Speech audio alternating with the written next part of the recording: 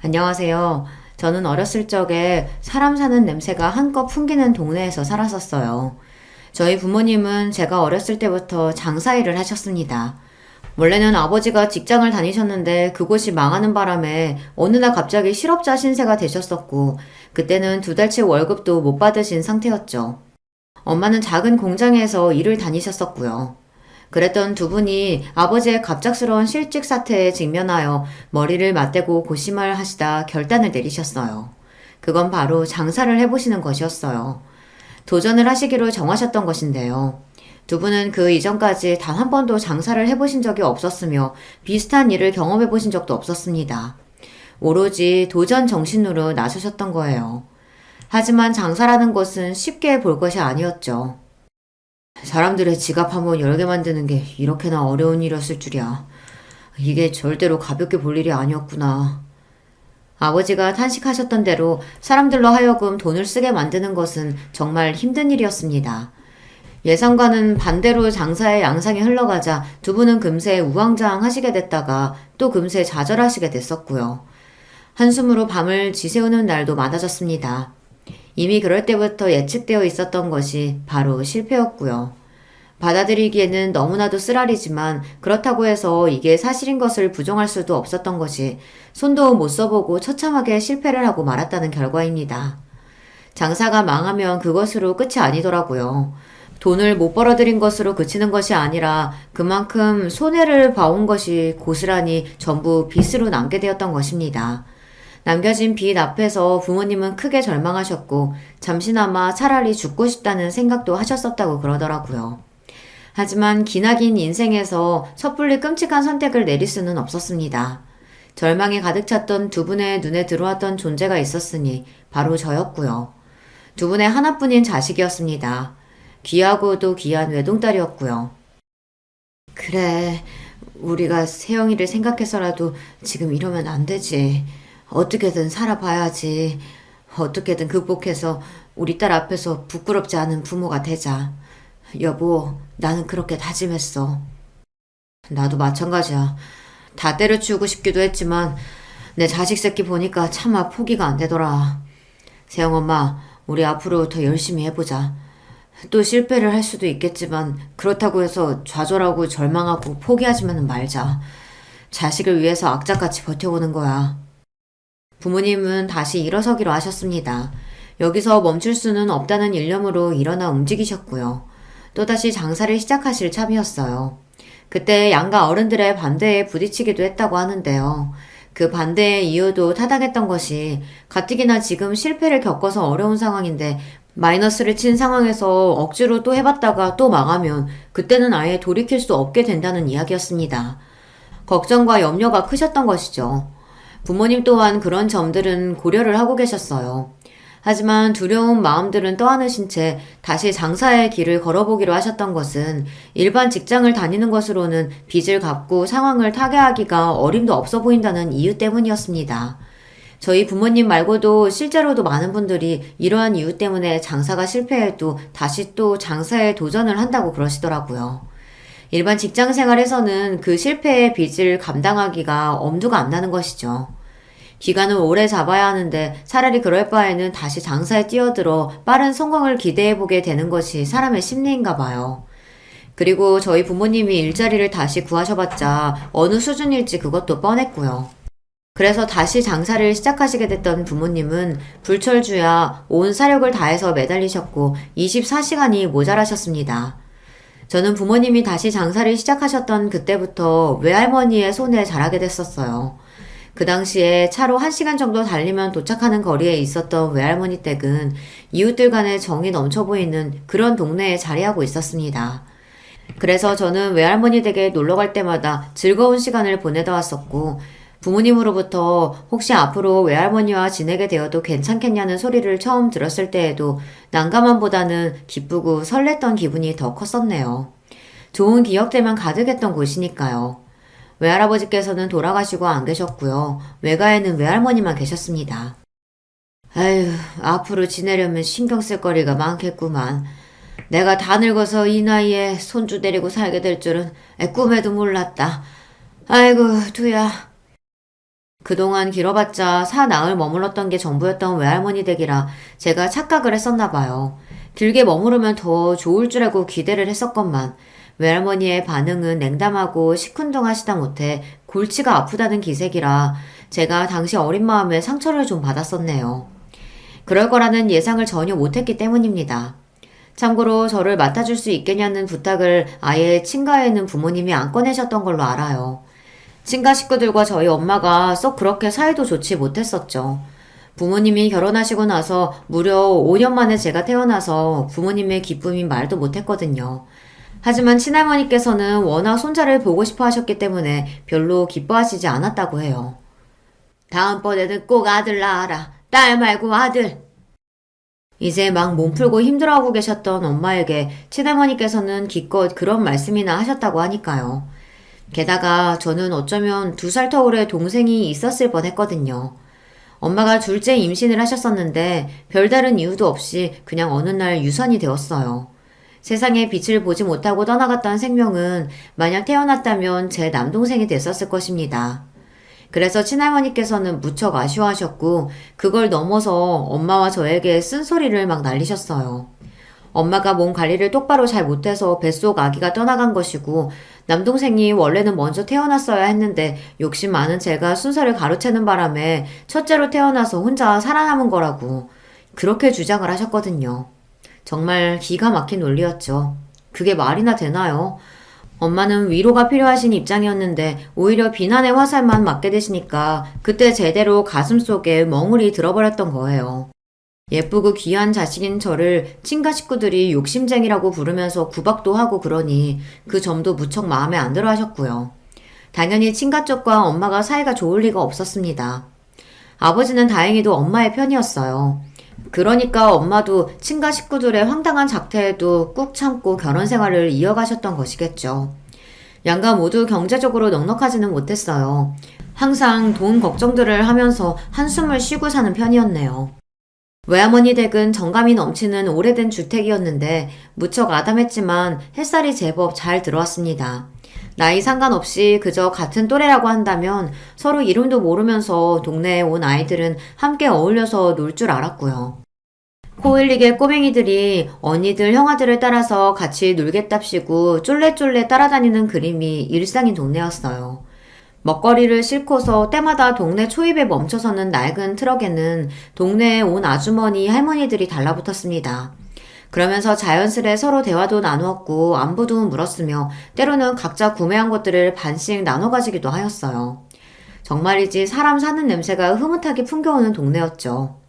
지금은 지방 시골이라 하여도 정말 찾아보기 힘들어졌고 특히나 제가 살고 있는 서울의 조용한 동네에는 트럭 장수를 전혀 볼 수가 없는데요. 그 시절에는 왜 그렇게 다양한 것들을 트럭에다 싣고 다니며 팔았는지 모를 일입니다. 구경하는 재미도 넘쳤던 것 같아요. 영준이네 엄마가 또 이렇게 먹을 거 갖다 줬구먼. 콩나물을 많이 샀다면서 아주 한 움큼을 주고 가버렸네. 콩나물이요? 그럼 또 콩나물 반찬 먹는 거예요? 저는 콩나물 그만 먹고 싶은데. 이것이 어디서 투정을 부리려고 들어? 어디서 땡깡질이야? 너 그 주댕이 얼른 닫지 못해? 외할머니께서는 곧잘 버럭하시며 혼을 내시던 분이었어요. 같이 살게 되기 이전에는 몰랐던 할머니의 호랑이 같은 면모에 저는 깜짝깜짝 놀랄 때가 많았습니다. 조금만 툴툴거려도 외할머니께서는 제가 그러는 꼴을 못 보셨죠. 저는 부모님으로부터 별로 혼이 안 나본 아이였기 때문에 처음에는 외할머니의 꾸중과 잔소리가 얼마나 낯설고 당황스러웠던지 모릅니다. 무섭게 느껴질 때도 많았네요. 제가 외할머니의 일상에 얹어진 짐덩어리, 돌덩이일까봐 그런 생각이 들기 시작해서 한때는 우울하게 지냈었죠. 하지만 제가 눈칫밥을 먹으면서 눈알만 조용히 굴리고 있으면 유독 고기 반찬을 해주시고 밖에 나가서 맛있는 과자 한 봉지 사 먹으라고 하시며 제 손바닥에 동전 하나를 올려 놓아주셨던 분이 바로 외할머니셨습니다. 그런 과정이 반복되면서 저는 자연스레 깨닫게 되었던 것 같아요. 외할머니께서 말씀만 좀 투박하게 하실 뿐이지 잔정이 많으신 분이라는 것을요. 본심으로는 저를 많이 아껴주고 계신 분이라는 걸 알게 된 이후로는 저도 좀 더 할머니와 지내는 것이 편해졌던 기억이 납니다. 하지만 자라나는 아이한테서 부모보다 더 우월될 수 있는 존재가 어디에 있겠나요? 저도 당연히 부모님과 같이 사는 생활이 그리웠고 언제 다시 같이 살 수 있을까 싶었습니다. 그렇게나 오래 제가 부모님과 떨어져 살 거라고는 처음에는 상상하지 못했죠. 중학교에 올라가던 무렵 그때 저는 부모님과 다시 같이 살게 될 줄 알았는데요. 하지만 아니었어요. 부모님은 여전히 바쁘셨고 일상에 허덕이며 지내고 계셨거든요. 심지어 저는 외할머니와 지내면서 고등학교까지 올라갔습니다. 그때쯤 되니까 더 이상 부모님과 같이 사는 것이 간절하지가 않더라고요. 그리고 부모님과 같이 살던 때가 어땠었는지 그 기억도 가물가물한 느낌이었습니다. 그냥 처음부터 쭉 외할머니와 함께 지내온 거라는 착각마저 들 정도였죠. 제가 고등학교를 다니던 그때가 되어서야 부모님은 본격적으로 돈을 벌기 시작하셨답니다. 그러니 얼마나 지난 세월이 인고의 과정이었겠나요. 차마 말을 못 전하셔서 그렇지 무척이나 힘들고 괴롭고 지치는 여정이셨던 것입니다. 그런 것들을 다 지나오시고 드디어 비로소 돈을 착착 벌기 시작하신 부모님이었고 저 또한 마음이 놓이면서 뭉클해지더라고요. 외할머니 또한 흐뭇해하시고 안심하시는 눈치였습니다. 부모님을 포함해서 다들 저에게 대학은 꼭 가라고 그러셨어요. 대학이 별로 중요하지 않다고 말을 해주는 어른은 단 한 명도 없었죠. 저는 이른 취업을 노리고서 전문대를 처음에는 생각하고 있었는데요. 부모님이 무조건 4년제는 가야 한다고 그러셔서 막판에 목표를 바꿨었네요. 덕분에 수험 생활의 막바지를 정말 코피를 쏟을 기세로 열심히 공부를 했었고요. 말도 못하게 힘든 시간이었으나 결과적으로는 그럭저럭 괜찮은 4년제 대학교에 갈 수 있었으니 다행이었습니다. 제가 4년제 대학에 합격했을 때 깜짝 놀랐던 게 양가의 열띤 반응들 때문이었어요. 모두가 좋아했어요. 그제서야 저는 신과 외가 가리지 않고 그때까지 대학을 나온 사람이 한 명도 없었다는 사실을 알아차릴 수 있었던 것 같아요. 소위 가방끈이 짧은 사람들만 질비해 있었죠. 그러면서 은근하게 다들 학벌 콤플렉스를 가지고 있었던 모양입니다. 제가 꽤 괜찮은 4년제 대학에 입학했을 때 질투를 하지 않고 모두 기뻐해 주었다는 게 지금 와서 괜히 웃음이 지어지네요. 학비가 저렴한 축에 속하는 대학교였으나 액수를 확인했던 저의 눈이 찢어질 듯 불을 떠졌습니다. 아니, 뭔 놈의 학비가 이렇게나 비싸? 원래 대학교라는 건 다 이런 건가? 정말 이 돈 내고 학교를 다녀야 한다는 거야? 그것도 매 학기마다 돈을 내면서? 말도 안 돼. 두 눈을 의심하다 못해 현실을 부정하기까지 했었네요. 이건 말도 안 되는 일이라고 부르짖어봤자 그 돈을 내야만 학교를 다닐 수 있다는 사실은 변하지 않았습니다. 외할머니와 살면서 소박하고 소소한 생활을 해왔던 저였기 때문에 충격적인 세상 물정 앞에 더욱 놀랐던 것 같아요. 부모님은 아무런 내색도 않고 단박에 그 돈을 납부해 주셨어요. 이러려고 이날 이때까지 열심히 포기하지 않고 달려왔나 보다. 우리 딸 대학 다닐 학비 걱정 없이 낼 수 있으니 이게 얼마나 행복하고 기쁜 일이니? 아버지가 싱글벙글 웃으시던 모습이 그때 제 눈에는 왜 그렇게 짠하게 보였을까요? 놀라운 액수를 자랑하는 학비를 보고 나서 제가 정신이 번뜩 들었었고 허투루 학교를 다녀서는 안 되겠다 싶었네요. 그리고 무조건 아르바이트를 해야겠다는 결심도 들었고요. 당신들은 그 오만 고생들 다 하시면서 자식이 힘든 일 할까봐 노심초사 하시던 부모님들이 아시면 반대를 하실 게 뻔했기에 저는 몰래 아르바이트를 하며 지냈었어요. 학기 중에 아르바이트를 했었으니 그걸로 큰 돈이 벌릴 리는 만무했습니다만 그래도 뿌듯했습니다. 이렇게 돈을 모아놓으면 혹시 갑자기 돈이 필요한 일이 생겼을 때 든든하겠지? 저축을 하면서 나만의 비상금을 만들어놔야겠다. 저는 속으로 그런 계산까지 하면서 스스로를 무척 대견하게 여겼습니다. 그런데 이듬해 제가 기숙사 신청해서 떨어진 거예요. 날벼락이었습니다. 기숙사에서 탈락할 거라고는 예상조차 못하고 있었던 제가 바보같이 느껴졌어요. 다급하게 자취방을 구해야만 했습니다. 그러나 저렴한 가격과 좋은 위치라는 경쟁력을 다 갖춘 학교 근처의 자취방은 이미 다 계약이 된 상태였고요. 남은 매물들 사이에서 발품을 팔아가며 구해야 하는데 결정한 집이 보증금 1,500짜리였습니다. 그게 당연히 현금이잖아요. 그런데 마침 부모님이 그때 뭘 하시느라 현금이 딱 부족한 상태였습니다. 아주 공교로운 타이밍이었어요. 해당 학기에 제 등록금도 이미 내주신 직후였기 때문에 더 그랬었고요. 소액만 얼른 주변에 빌리면 된다고 부모님이 저를 안심시켜 주셨던 바로 그때였습니다. 이 돈 갖다가 세영이 방구하는 데 써라. 외할머니께서 500만 원을 건네주셨던 거예요. 그 덕분에 자취방의 계약 마무리를 순조롭게 할 수 있었어요. 부모님은 매사에 외할머니께 신세를 지고 산다면서 너무 고마워하셨고 저는 속으로 계속 놀라고 있었습니다. 제가 외할머니와 계속 함께 살아본 입장으로서 그런 돈이 아무렇지도 않게 턱 나온다는 게 믿기지가 않았거든요. 도대체 외할머니께서 그런 현금을 언제 어디서 어떻게 가지고 계셨던 것인지 놀라울 따름이었어요. 제가 대학을 졸업하기 전에 부모님의 장사는 탄력을 받아 계속 잘 되고 있던 상태였어요. 두 분은 저에게 너무 애써서 힘들게 곧장 취업할 욕심 낼 것 없다고 그러셨어요. 부담 가지지 말고 절대 압박도 받지 말라고 천천히 제가 원하는 일자리를 찾아보라고 저에게 알려주셨어요. 말씀만으로도 감사했고 이런 부모님의 자식인 점에 감사했습니다. 이제는 아무 걱정도 없어. 힘든 시간은 다 지나갔고 이제 모든 게 넉넉해서 아주 살만해. 어머니가 너스레를 떠시는 모습이 보기 좋았습니다. 그러나 저는 엄마의 얼굴에 자리 잡은 주름에서 고생의 흔적을 발견하였습니다. 아버지가 어느새 참 많이도 늙으신 것 같다는 생각 역시 들었고요. 대학을 졸업하고 사회생활을 하기 위해 첫 발을 내디디려던 그 시점에 있던 저의 심장이 철컥 내려앉았습니다. 저는 부모님의 외동딸이었습니다. 그 말은 저에게는 형제가 아무도 없다는 얘기죠. 부모님이 늙어가시는 게 갑자기 그제서야 실감이 나며 너무나도 무섭더라고요. 나중에 두 분이 돌아가시면 그럼 그 이후에는 제가 어떻게 살아야 하는지 그런 가정을 해보니 겁이 나서 심장이 떨렸습니다. 외할머니의 건강이 갑작스레 악화되었던 것은 그로부터 얼마 지나지 않았던 때의 일이었습니다. 평생을 정정하게 사실 줄 알았던 분이었어요. 항상 목소리가 까랑까랑 하셨고 눈빛이 살아있던 분이셨으며 무엇보다 거동하시는데 불편함이 보인 적이 단 한 번도 없으셨으니까요. 딱히 지병 문제로 고생하신 적도 없었습니다. 그랬던 분이 갑자기 편찮아지신 것에 저는 충격이 컸어요. 이러다가 외할머니께서 갑자기 돌아가시는 일이 생기면 어쩌나 싶어서 겁이 났습니다. 부모님이 외할머니를 앞으로 모시고 사는 곳으로 정해졌어요. 외가 식구들이 모두가 모인 가운데 부모님이 말씀을 꺼내셨고요. 다들 그렇게 하는 것이 자연스럽고 당연하다며 고개를 끄덕였죠. 외할머니께서 저를 그렇게나 오래 맡아 키워주셨으니 이제 부모님이 그 보답을 하실 차례로 비춰졌던 것입니다. 의외로 친가에서도 부모님의 이러한 결정에 군소리 없이 수긍하였어요. 혹시나 친가에서 또 엄마를 비난하며 괜히 탓을 돌리는 건 아닐지 걱정됐었는데 아니었죠.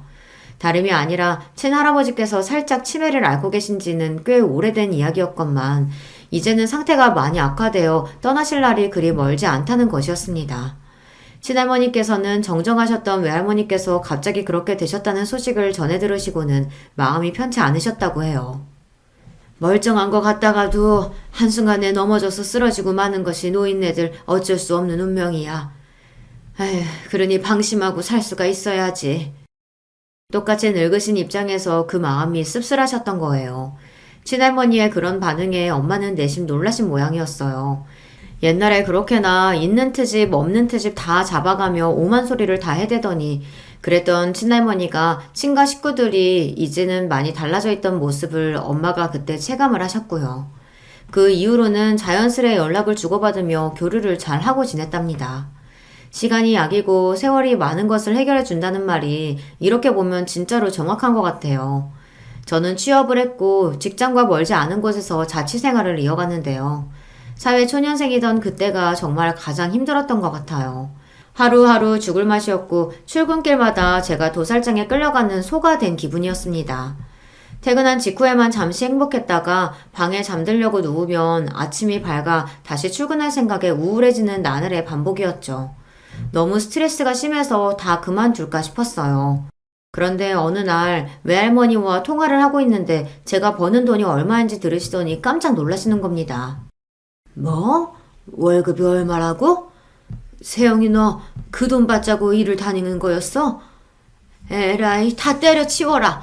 직장 생활이 얼마나 힘든지 목소리에서도 피곤한 기운이 뚝뚝 묻어나는데 돈 고작 그거 벌겠다고 거기 붙어 있어? 그럴 필요 없으니까 그만둬라. 제가 대학도 제법 잘 나왔고 들어간 직장도 어디 이름 모를 작은 것도 아니건만 겨우 월급이 그 정도밖에 안 된다는 것에 할머니께서는 많이 놀라신 모양이었어요. 부모님도 제 용돈만 아시고서 액수를 그렇게 생각하시고 계셨다가 세금을 제하고 제가 실제로 받는 월급을 들으시고는 기가 막혀 하셨습니다. 힘들면 언제든지 그만두라고 하셨어요. 그렇게 고생 안 하고 그냥 당신들에게 기대며 아무것도 안 하고 지내도 괜찮다고 부모님께서 진심으로 말씀을 해주셨던 순간 저는 정신이 번쩍 들었습니다. 눈이 오나 비가 오나 부모님은 장사를 하기 위해 매일같이 일을 하셨었죠. 생업이었으니까요. 무조건 해야만 했었으니까요. 그 어떤 것도 핑곗거리로 작용하지 않았습니다. 그런 고생을 수도 없이 하시며 살아오신 부모님이었는데 자식인 제가 너무 나약하게 굴었습니다. 저만 없었어도 부모님이 그렇게까지 무리를 하며 살지는 않으셨을 것 같더라고요. 자식인 저를 위해 그토록 애를 쓰셨던 거죠. 바보같이 약해 빠져있던 저는 그제서야 정신을 차리고서 마음을 강하게 먹었습니다. 사실 일이 힘들면 어떻게든 버텨보지만 인간관계가 힘들면 버티는 것이 한계가 있는 거잖아요. 저도 그랬어요. 직장 내에서 상사 때문에 그토록 괴롭고 스트레스를 받았던 것인데 이제는 강한 정신력으로 제가 스스로를 무장시켰습니다. 상사가 그 어떤 헛소리를 짓거려도 오늘도 걔가 짖는구나 하는 자세를 가지고 대수롭지 않게 여겼네요. 아등바등 발버둥 치는 것을 그만뒀더니 제 태도 자체가 초연해지더라고요. 그러다 보니 저를 다들 어리고 만만한 여사원으로 여겼었다가 슬슬 저를 향해서 말을 함부로 못하기 시작하더라고요. 자신감을 찾은 저는 퇴근하고 집에 가자마자 온 기력을 잃고서 퍼질러져 있었던 일과도 청산했습니다. 퇴근하고 나서 1시간씩 자격증 공부를 했어요.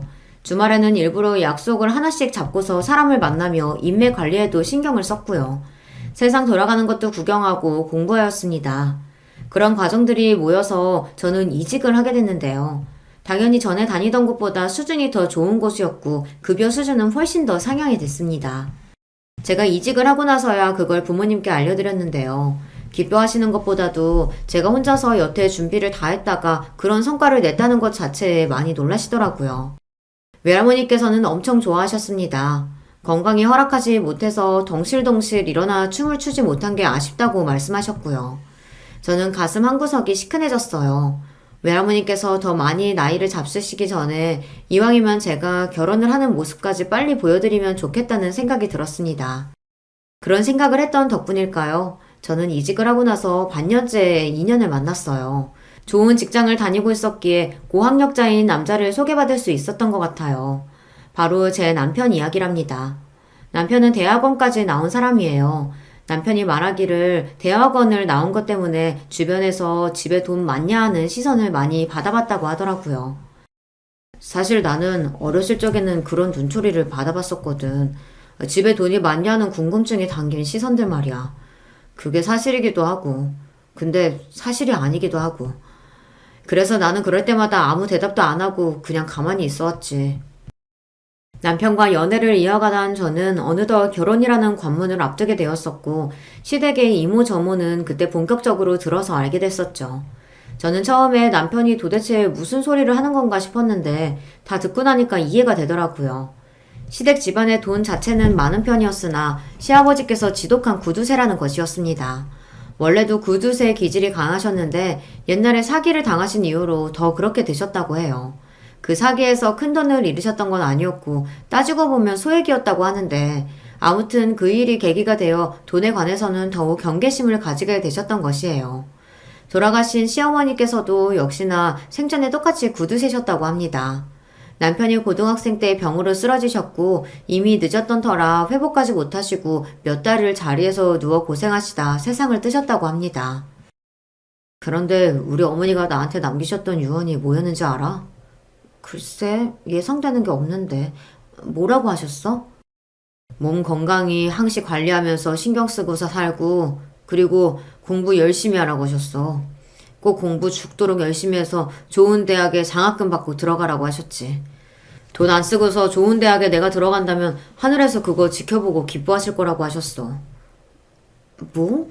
그럼 설마 그 유언 듣고서 정말로 명문대 학생이 됐던 거야? 그렇다고 할 수 있지. 어머니가 돌아가시면서 그런 말씀을 남기셨는데 내가 그럼 어떡하겠어. 나는 당시 고3이었단 말이야. 내가 할 일은 죽도록 공부하는 것 뿐이었지. 이미 돌아가신 분께는 실례되는 말이지만 좀 독특하신 분이었던 것 같아. 보통 유언을 그렇게 남기시나? 아니, 나는 우리 어머니가 절대 평범하신 분이었다고 생각 안 해. 아버지하고 둘이서 천생연분이었어. 전생에도 아마 인연이 있으셨을 거야. 그렇지 않고서야 어떻게 똑같이 자린고비일 수가 있겠어. 남편이 고개를 절레절레 흔들었을 때 저는 이걸 웃어야 할지 말아야 할지 헷갈렸습니다. 외동인 저와는 달리 남편은 누나도 있고 형도 있는 입장이었습니다. 남편 혼자만 나이 터울이 큰 편이었고요. 그런데다가 남편의 누나인 제 시누이는 결혼까지 일찍 한 편이었어요. 그래서 남편은 조카가 일찍 생겼죠. 제 남편은 명문대를 나와 대학원까지 나왔건만 시누이는 아예 대학을 안 나왔습니다. 일찍 사회생활을 하던 도중 시애부를 만났던 모양이에요. 그리고 시애부와 결혼하겠다고 하였을 때 시부모님께서는 무조건 반대를 하셨다고 합니다. 그때는 시어머니께서 아직 돌아가시기 전이었는데요. 시부모님 두 분 다 재고의 여지조차 없다고 하시며 딱 잘라서 시애부를 반대하셨다고 해요. 시애부는 시누이보다 3살 연상이고 대학을 안 나왔고 고등학교는 공고를 나왔으며 뚜렷한 직장이 없었습니다. 얼굴은 잘생긴 편인데 인상이 좀 뭐라고 해야 하나 약간 능글대면서 뺀질거리는 그런 느낌이 있고요. 키는 좀 작다고 할 수 있네요. 시부모님의 완강한 반대에 직면한 시누이는 엄청난 수단을 썼는데 그게 바로 혼전 임신이었습니다. 출산율이 낮은 요즘에야 결혼 전 임신도 아무렇지 않게 받아들여지는 것이죠. 당시 그때에는 아주 나쁘끄러운 일이라며 시부모님께서 무척 분노하셨다고 합니다. 알아서 애 낳고 살든지 말든지 하라며 아예 애 낳고 살든지 말든지 하라며 아예 시누이를 내치셨다고 하네요. 그러나 자식 이기는 부모가 없다는 말처럼 시누이가 임신까지 했는데 끝까지 외면은 어려우셨나 봐요. 결국에는 받아주셨고 살림 미천에 보태 쓰라며 2천만 원을 내어주셨다고 합니다. 고작 2천이 뭐야 2천이. 손주도 태어나는데 정말 째째하게 그러고 싶으실까? 감지덕지하며 감사하게 넙죽 엎지려도 모자를 파네. 시애부는 그런 불만을 한동안 궁시렁거렸다는 후문이에요. 알고 보니까 시누이를 통해서 우리 집에 돈 좀 있다는 소리를 들었던 시애부가 굉장히 기대해온 게 많았던 모양이었습니다. 그랬다가 제대로 실망하게 되었던 거죠. 그 모습을 보면서 남편은 시애부라는 사람과 본인이 너무 성향이 안 맞겠다는 생각을 진작에 하게 됐었고요. 시애부는 능력도 없으면서 책임감까지 없는 사람이었고 그때는 아직 20대 나이였으니 얼마나 마음 또한 콩밭에 가기 쉬웠을까요. 그래서 자꾸 밖으로만 돌며 놀러다녔고 그 때문에 시누이가 마음고생을 엄청나게 했다고 합니다. 여자 문제로도 시애부는 몇 번 말썽을 피웠던 모양이에요. 시누이와 시애부가 결국은 대판 크게 싸웠는데 그걸 아신 시부모님께서는 이혼하라고 조언을 주셨다고 합니다. 시누이를 향해 더 끌 것 없이 이쯤에서 그냥 이혼하는 게 최선이며 나중에 조건 좋은 남자를 소개시켜주겠다는 조언까지도 시부모님께서 남기셨다고 해요. 하지만 시누이는 이혼을 하지 않았죠.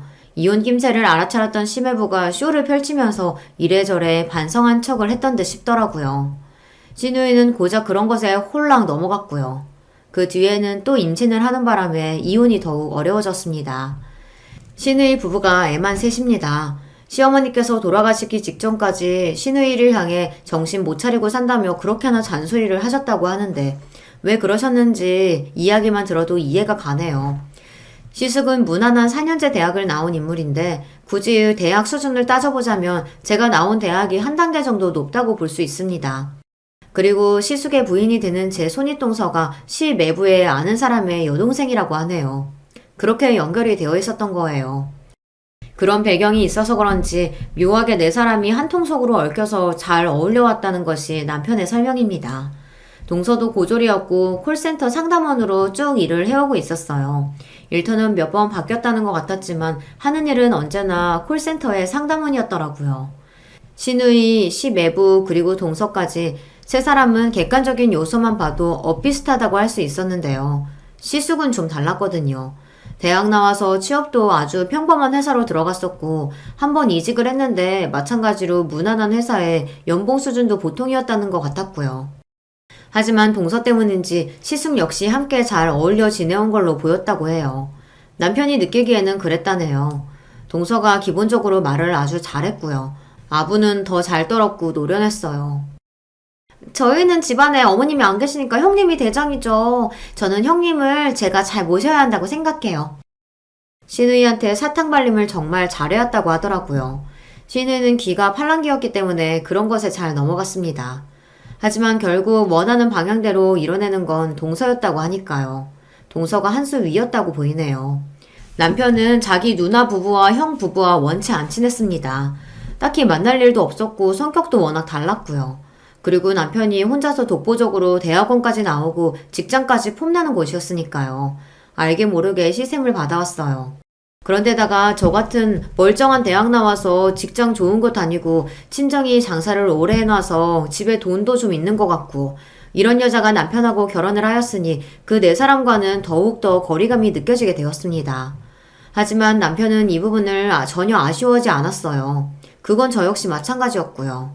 이야기를 들어온 게 있어서 그렇기도 했지만 제가 직접 만나봤을 때 시누이 쪽도 시숙 쪽도 왠지 잘 안 맞을 것 같다는 느낌이 있더라고요.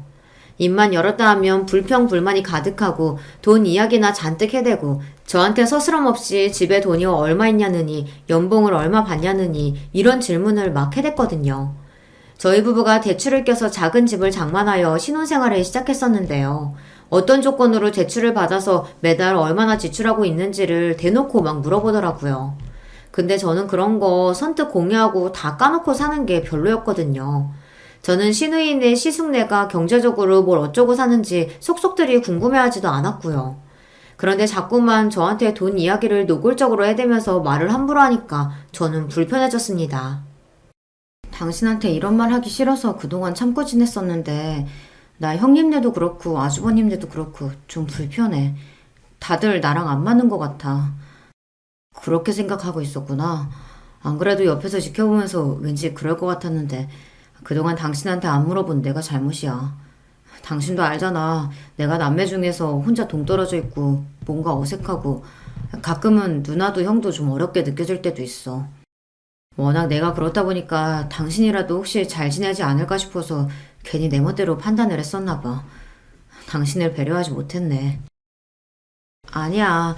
당신한테서 사과 듣자고 이러는 거 아니야. 잘해보려고 혼자 애쓰면서 괜한 짓 했던 내가 잘못이지. 아무튼 그러면 우리 둘 다 똑같은 의견인 거지? 저는 어느 날 작정하고서 남편과 이런 대화를 나누었고요. 결론은 앞으로 괜히 그 네 사람과 잘 지내보려고 노력할 필요도 없고 비위를 맞추려고 애를 쓸 필요도 없다는 것이었습니다. 자기들끼리만 쿵짝이 잘 맞았기 때문에 남편은 진작부터 뻘쭘하게 떨어져 나와 있던 파편 같은 존재였어요. 그리고 제가 새로 등장했지만 달라질 건 없었죠. 저도 남편과 결이 비슷한 사람이지 그 네 사람과 맞는 스타일은 전혀 아니었으니까요. 그래서 남편과 상의를 마친 뒤에는 쓸데없는 시누이와 동서에게 꼬박꼬박 문자 답장을 하며 대화를 이어나가고 가기도 싫은데 괜히 초대에 응해서 시간을 내고 이런 짓을 그만뒀습니다. 그랬더니 그쪽에서 저한테 굳이 연락을 안 하더라고요. 둘 다 똑같이 짠 것처럼 저에게 문자 한 통을 안 하길래 둘이서 함께 제 욕을 신나게 했겠구나 하는 짐작이 들었습니다. 아니나 다를까 얼마 후에는 시누이가 남편한테 싸가지 없는 네 와이프 단속 좀 잘하고 살아라 이런 식의 문자를 남겼습니다. 여태까지 남편은 드센 자기 누나 형한테 눌려서 조용히 살아온 사람이었기에 굳이 거기다 대고 화를 내지 않았고요. 그저 알겠다라는 대답을 보냈을 뿐입니다. 저는 잘했다고 해줬네요. 저희 부부가 저희끼리만 지내고 싶다는 의사를 내비쳤음에도 후폭풍이 거세지 않았던 것은 아무래도 재산 문제 때문이었을 겁니다. 앞서 밝혔듯이 도대체 얼마인지는 모르겠으나 시댁에는 재산이 있었고 시아버지께서는 지독한 구두세셨죠. 물건 하나도 그냥 사시는 법이 없으며 그냥 버리시는 법은 더 없는 분이셨습니다. 굉장히 무뚝뚝하셨고요. 인상에서부터 경계심 어린 눈빛이 장난 아니셨어요. 제가 결혼한다고 했을 때 저희 부모님은 만감이 교차해서 눈물을 글썽이셨고 결혼식장에서도 감정이 벅차올라 어쩔 줄 몰라 하셨는데 반면 시아버지께서는 저랑 남편이 시댁에 손 벌리는 일 없이 알아서 결혼을 잘할 수 있다고 말씀드렸을 때 그저 마음에 든다는 듯 고개를 끄덕이셨을 뿐이었어요. 그리고 결혼식장에서도 마치 군 장교처럼 카리스마 넘치는 모습으로 계셨던 게 전부였습니다. 직설적으로 표현을 해보자면 저는 시아버지와 친근한 사이가 아니었습니다. 어디 저만 그랬나요? 다른 사람들도 마찬가지였죠. 신우이하고 시숙은 시아버지 앞에서 이런저런 소리를 잘 늘어놓는 자식들이긴 했어요. 그렇지만 애틋해 보이진 않았습니다. 막내인 남편은 자기 부친을 어려워했고 거리감을 느껴온 바였고요. 신우이네 시숙네와의 활발한 교류를 그만둔 이후로 시아버지를 뵙기 어려워졌어요. 굳이 찾아가서 배워야 하는데 신우이네가 시댁 바로 옆 동네에 살고 있었거든요. 거기서 30분 거리가 시숙네였고요. 다시 거기서 1시간 떨어진 곳이 저희 부부의 집이었습니다. 신우이하고 동서가 틈만 나면 시댁 근처에서 알짱거리며 커피 한 잔씩 나눴기 때문에 괜히 그쪽에 갔다가 걸려서 트집을 잡히고 싶지 않았네요. 남편이 말하기를 돈 좀 달라고 그 넷이 자꾸 기웃거리며 시아버지께 알람방귀를 끼고 헤어를 해봤자 별 소용 없을 거라고 했습니다. 시아버지께서는 보통 분이 아니시기에 꼬장꼬장함으로 스스로를 무장하고 딱 버티고 서 계신 거예요. 넷이 앞으로 얼마나 오래 더 덤벼들든 시아버지께서 돌아가시기 전에는 백기를 드시는 일이 없을 거라는 게 남편의 예상이었습니다. 태산처럼 보이는 근엄하고 어려운 존재의 시아버지, 그리고 한편의 총극 같은 네 사람까지 시댁은 독특한 것처럼 느껴졌네요. 저는 시댁 재산 이야기에는 관심이 없습니다. 자기 누나 형 때문에 진작에 집 재산 문제에 관심을 버렸던 남편 역시도 마찬가지였기에 저희끼리 잘 지냈어요. 친정 부모님은 이제 장사 쉬엄쉬엄 하시면서 외할머니를 잘 모시고 지내셨고 친가와 어느새 활발히 왕래 또한 하고 계셨기에 은근히 바쁘셨습니다. 당시 저희 신혼집과 거리가 꽤 떨어져 있었기 때문에 시간에 맞춰서 뵙는 게 어려웠었네요. 꼬박꼬박 연락은 잘 드렸었고요. 남편이 착하고 저에게 잘한다며 부모님이 되게 좋아하셨어요. 우리 세영이가 형제자매 없이 자란 외동이라 절대 자기를 외롭게 만드는 남자 안 만나길 바랬는데 사위를 너무 잘 뒀지 뭐야. 엄마는 안심이 된다고 하셨고요. 무엇보다 외할머니께서 제가 결혼 생활을 재밌게 잘하니까 당신의 마음이 편안해지셨다고 해서 기뻤답니다. 그러던 어느 날 남편이 충격에 빠진 얼굴로 시아버지께서 병원에 들어가셨다는 이야기를 하더라고요. 신우이한테서 전해 들었다고 했어요. 입원을 하신 거야? 왜? 어디가 편찮으셔서? 그게 병원이 정신병원이라네. 뭐? 지금 뭐라 그랬어? 정신병원? 아버님이 무슨 정신에 문제가 있다고? 그제서야 제가 화들짝 놀랐습니다. 그리고 남편의 추측을 들었는데요. 계속해서 도를 넘는 자식 내외들의 행태에 시아버지께서 머리 끝까지 화가 나셨고 분통을 터뜨리셨는데 그런 모습들을 토대로 그 네 사람이 시아버지의 상태가 이상하다는 거짓 증거를 만들고 작당을 해서 정신병원에 집어넣어버렸다는 것입니다. 저도 그렇게밖에는 생각이 안 되더라고요. 그래서 신우이를 직접 찾아가서 따져 물었더니 그런 거 아니라고 잡아뗐어요. 지난 몇 달 사이에 시아버지의 정신 상태가 이상해진 거라고 하였습니다. 저를 만만하게 봤는지 그딴 거짓말을 계속 늘어놓길래 물러서지 않고 솔직히 말하라며 밀어붙였어요. 그랬더니 발끈하면서 결국 실토하더군요. 그래! 나이 처잡수시고 욕심 못 내려놓고 돈 안 내놓길래 열받아서 정신병원 보내버렸다. 그러고도 사람이에요? 자식 맞아요? 어떻게 그런 짓까지 할 수가 있어요? 화가 나서 몸이 떨리더군요. 신우이는 정신병원 아이디어는 동서가 낸 거라고 했는데 핑계가 아니라 정말로 그랬을 것 같더군요. 저는 경멸 가득한 눈빛으로 신우이를 쏘아봐 주었습니다. 정신 차리고 사세요. 진짜 정신병원에 가야 하는 건 당신들 같으니까. 그만 천박하게 사시고요. 진짜 수준 낮아서 상종을 못하겠네. 신우이는 얼굴이 벌개졌지만 본인이 저지른 만행이 쪽팔리긴 한지 입을 꾹 다물었습니다. 저는 집에 도착하자마자 남편에게 시아버지를 당장 빼오자고 말하였어요. 당신이 친자식인데 왜 못해? 그리고 거기 뒷돈 먹기로 유명하다며. 그러니까 우리가 얼른 아버님 빼내드리자. 아직도 충격에 빠져 기가 죽어있던 남편을 제가 설득시켰고 현금 다발을 찾아서 정신병원으로 향했습니다. 망설임 따위는 없었어요. 만약 누가 제 할머니를 멀쩡하신데 치매라고 속이며 시설에 넣어버린다면 그런 상상만 해도 소름이 끼쳤거든요. 절대 가만히 있을 수 없었고 병원 측에 단호하게 굴며 시아버지를 퇴원시키겠다고 했습니다. 그러면서 준비해간 돈도 쥐어주었는데 그건 바로 입막음을 위한 것이기도 했습니다. 신우이 시숙 측에는 절대 알리지 말아달라고 했거든요. 고마워서 어떡하냐. 이 은혜를 어찌 갚을까? 역시나 시아버지께서는 멀쩡하셨습니다. 그 모습에 너무 슬퍼지더군요. 사람이라면 응당 이렇게 해야죠, 아버님. 아버님, 앞으로 저희가 모실게요. 그동안 저희가 너무 부족했어요. 죄송해요. 제가 의연하게 말씀드렸고 옆에서 남편은 눈물을 닦느라 여념이 없었네요. 시아버지께서는 저에게 주고 싶으신 게 있다며 당신의 집 서랍장에 뭔가를 가져와야 한다고 그러셨습니다. 그래서 남편이 야심한 시각에 슬쩍 시아버지 댁에 들어가 서랍 속 서류를 하나 챙겨왔어요. 정말 별거 아닌 어떤 주소지에 관련된 서류였습니다. 시아버지께서는 볼펜으로 서류에 뭔가를 적으신 뒤 말씀하셨죠. 너희 둘이서 거기 가봐라. 이왕이면 당장 바로 다녀오면 더 좋고. 허투루 그런 말씀을 하실 분은 아닌 것 같았고 남편 역시 살면서 시아버지로부터 이런 소리는 처음 들어본다고 하면서 즉시 움직여보는 게 좋겠다고 했습니다. 도착한 곳은 시골 깡촌의 오래된 주택이었죠. 녹슨 대문을 두드리자 안에서 어떤 시아버지 또래의 아저씨가 나오셨는데요.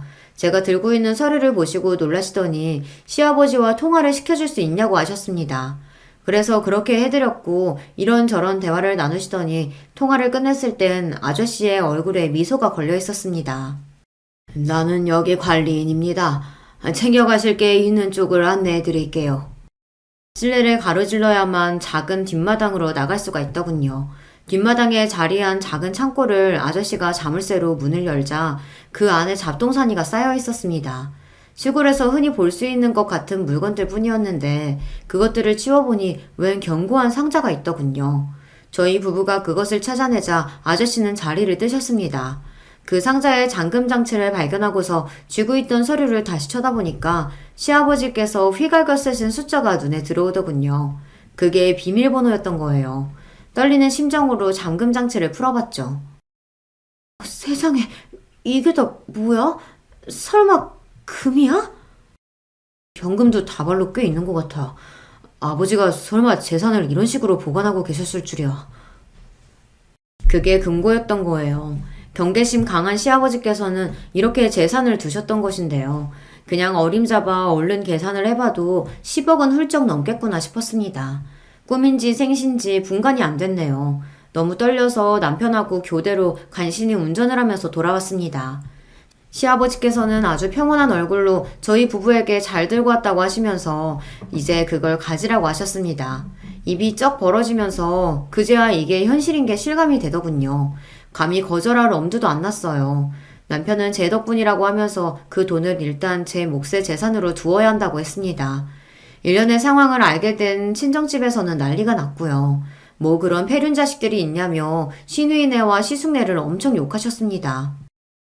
너희는 둘 다 일하느라 바쁘기도 하잖아. 그러니까 사돈께서 당분간만이라도 여기로 와서 지내셨으면 좋겠구나.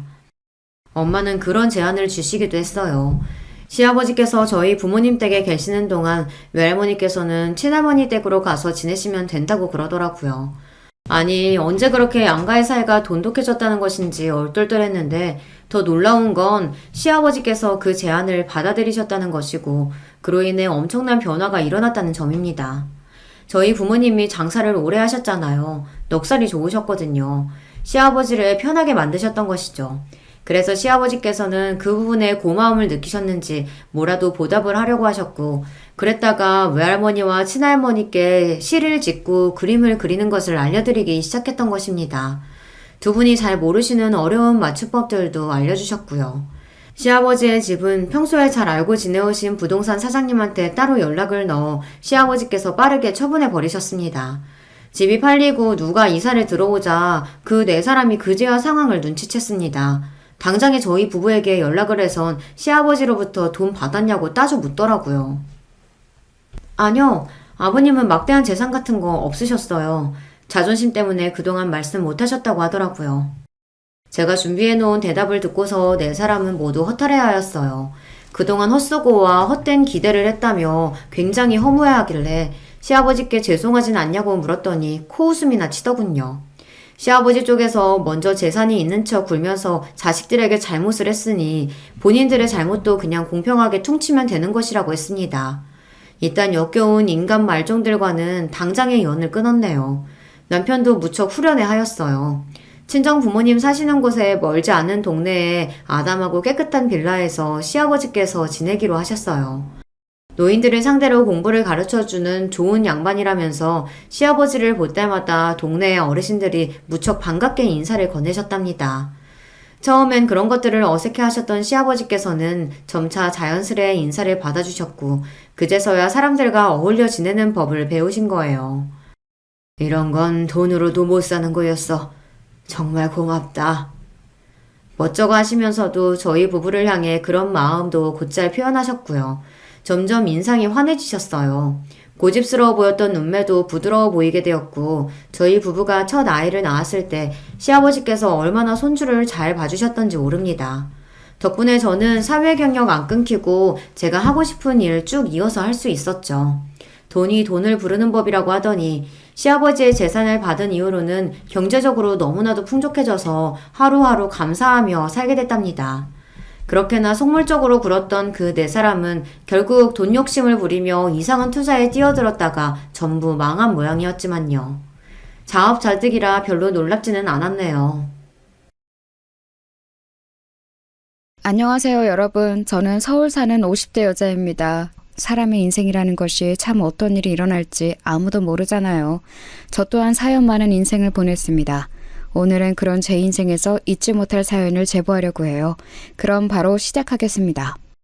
저는 서울에서 태어나고 자란 서울 토박이입니다. 그리고 친정아빠가 집안 대대로 사업하는 집안이라 아주 부유하게 자랐어요. 제가 스스로 여유롭게 자랐다고 할 정도로 부잣집이었습니다. 아예 부자로 동네에서 유명할 정도였어요. 세대 특성상 우리 세대인 기성세대에는 참 힘든 사람이 많았거든요. 그런데 거기에 저는 전혀 해당 사항이 없습니다. 어렸을 때부터 어려움이라고는 아예 몰랐어요. 게다가 위에 오빠가 한 명 있는데 제가 오빠랑 나이 차이가 9살이나 나는 늦둥이거든요. 그래서 늦둥이 딸이자 여동생이라 가족들의 사랑을 독차지하며 컸습니다. 오빠하고도 자라면서 한 번도 싸운 적이 없을 정도로 사이가 좋았어요. 집에 여유가 넘치는 만큼 가족들은 서로에 대한 사랑도 넘쳤습니다. 그래서 어린 시절을 생각하면 항상 입가에 미소가 지어질 정도로 행복한 기억만 가득해요. 자상하고 따뜻한 아버지와 사랑이 많아 웃음이 많은 어머니까지 아주 부족한 게 없는 어린 시절을 보냈습니다. 그러다 어머니가 제가 중학교에 입학하자 병으로 갑자기 돌아가셨어요. 그때 너무 큰 충격을 받았습니다. 행복한 우리 가족의 첫 번째 불행이었죠. 어머니가 돌아가시고 오빠와 아빠와 저는 서로를 위로했고 의지하며 살았습니다. 셋이 부둥켜 안고 울었던 밤도 많았어요. 그래도 그렇게 슬픔을 털어내니 견딜 수 있었습니다. 저는 피아노를 전공했는데 아빠는 제가 세계적인 피아니스트가 되길 원하셨어요. 그래서 전국에서 내노라 하는 유명한 교수들을 집으로 부르셨습니다. 개인 수업도 매일 집에서 편하게 받았고 아낌없는 지원을 해주셨어요. 그래서 대회에 나가 상도 많이 탔고 그걸로 서울에 있는 대학에도 입학할 수 있었습니다. 그리고 대학에 입학해서 저는 남편을 만나게 되었어요. 남편은 같은 대학에 다니던 남자였는데 미팅으로 만났습니다. 처음 사귀는 남자친구였는데 그때는 남편과 결혼할 줄은 전혀 몰랐어요. 참 자신감이 넘쳤고 야망도 넘쳤던 남편은 우리 집의 사정을 듣고 저에게 헌신적으로 굴었어요. 매일 집에 데려다주는 것은 물론이고 일부러 아빠와 오빠를 찾아가기도 했습니다. 저한테도 잘했지만 남편은 특히 우리 친정아빠에게 그렇게 잘했어요. 아빠는 그런 남편을 결혼 전부터 마음에 들어 하셨죠. 다소 무뚝뚝하고 말수가 적은 오빠와 달리 남편은 말이 많았거든요. 남편과 제가 본격적으로 결혼 얘기가 나올 때쯤 오빠는 아빠의 사업을 물려받는 준비를 하고 있었습니다. 오빠는 그때 이미 결혼한 상태였어요. 새언니가 제가 인생을 살면서 본 사람 중에 제일 선한 사람입니다. 천사 같은 새언니는 친정이 매우 가난했어요. 그런데도 항상 웃으며 밝게 지내는 모습이 보기 좋았습니다. 저한테도 얼마나 언니처럼 때로는 엄마처럼 잘해주었는지 몰라요. 엄마가 중학생 때 돌아가시고 엄마 자리를 많이 그리워했는데 새언니가 그걸 채워주었어요. 사실 남편의 집, 그러니까 시댁은 형편이 매우 안 좋았습니다. 남편은 연애할 때부터 돈에 많은 관심이 있었어요. 항상 비싼 것은 경계하고 절약하는 정신이 매우 강했습니다. 그 모습을 보고 저는 생활력이 강하다고 생각했었죠. 결혼 얘기가 나와 남편 집에 방문했을 때 저는 정말 깜짝 놀랐습니다. 왜냐하면 생각보다 매우 집이 작고 낡았었거든요. 게다가 남편은 시아버지가 아주 어릴 때 돌아가셔서 홀어머니 밑에서 자랐습니다. 그래서 시어머니를 평생 우리가 모셔야 했어요. 집에서 지원은 당연히 불가했었고 오히려 빚이 잔뜩 있던 상황이었습니다. 이런 상황에서 결혼이라니 주변에서 그때 저에게 결혼하지 말라고 말렸던 기억이 나요. 사실 친정아빠도 그때 많은 생각이 든다고 하셨습니다. 그래도 우리 미선이가 마음에 드는 사람이라면 아빠는 괜찮다. 내가 사위를 보면 참 야망이 넘치더라고. 젊은이가 눈빛이 아주 총명한 게 뭘 하든 진심으로 할 사람으로 보여. 그래도 자기 식구는 안 굶기고 살 사람 같으니 아빠는 미선이가 좋으면 좋다. 그래도 남편이 주기적으로 아빠와 오빠를 찾아가며 많은 대화를 나누었더니 마침내 결혼 허락이 떨어졌어요. 시댁에서 도움을 전혀 받을 수가 없으니 결혼에 드는 비용은 죄다 우리 아빠의 지갑에서 나오게 되었습니다. 사실 집안 형편 차이가 너무 많이 나니까 결혼식 때 우여곡절이 꽤 많았어요. 실제로 결혼한다고 하니까 어릴 때부터 알고 지낸 지인들이 심하게 걱정했습니다. 우리 친정아빠는 괜찮다고 했는데 친척들은 난리가 났어요. 평범한 가정도 아니고 찢어지게 가난한 집안의 외동아들과 결혼한다고 하니 작은아빠는 저보고 몰래 협박이라도 받았냐고 하셨습니다. 하지만 어렸던 저는 사랑이 모든 것을 이길 수 있다고 생각했어요. 실제로 그때 저는 남편에게 많이 푹 빠져 있었습니다. 남편과 같이 있으면 세상에 무서울 게 없었어요. 무엇보다 야망이 넘치는 남편이 참 좋았습니다. 남편과 살면 무엇이든 해낼 수 있을 것 같았어요. 그렇게 결혼한 저는 그때까지 평온하던 제 인생이 완전히 뒤바뀌게 되었습니다. 우리가 결혼식을 올리고 친정오빠는 본격적으로 사업을 물려받아 기업을 이어가게 되었어요.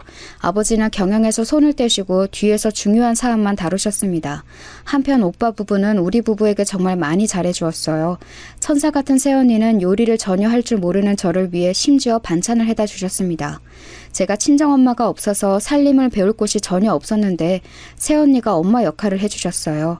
새언니는 요리 솜씨도 아주 좋아서 누가 먹어도 맛있는 요리를 할 수 있었거든요. 오빠 부부는 종종 우리 부부를 초대해 아주 맛있고 근사한 저녁 식사를 대접했습니다. 그러면서 많은 얘기도 나누었는데 배울 점이 참 많았어요. 오빠도 사업을 물려받고 힘든 점이 많았는데 그런 것을 공유하며 많이 가까워졌습니다. 저는 오히려 어릴 때보다 다 크고 결혼하고 오빠랑 더 친해졌을 정도였어요. 한 가지 문제가 있다면 바로 아이 문제였습니다. 사실 우리 가족은 대대로 아이 복이 없는 집안이거든요.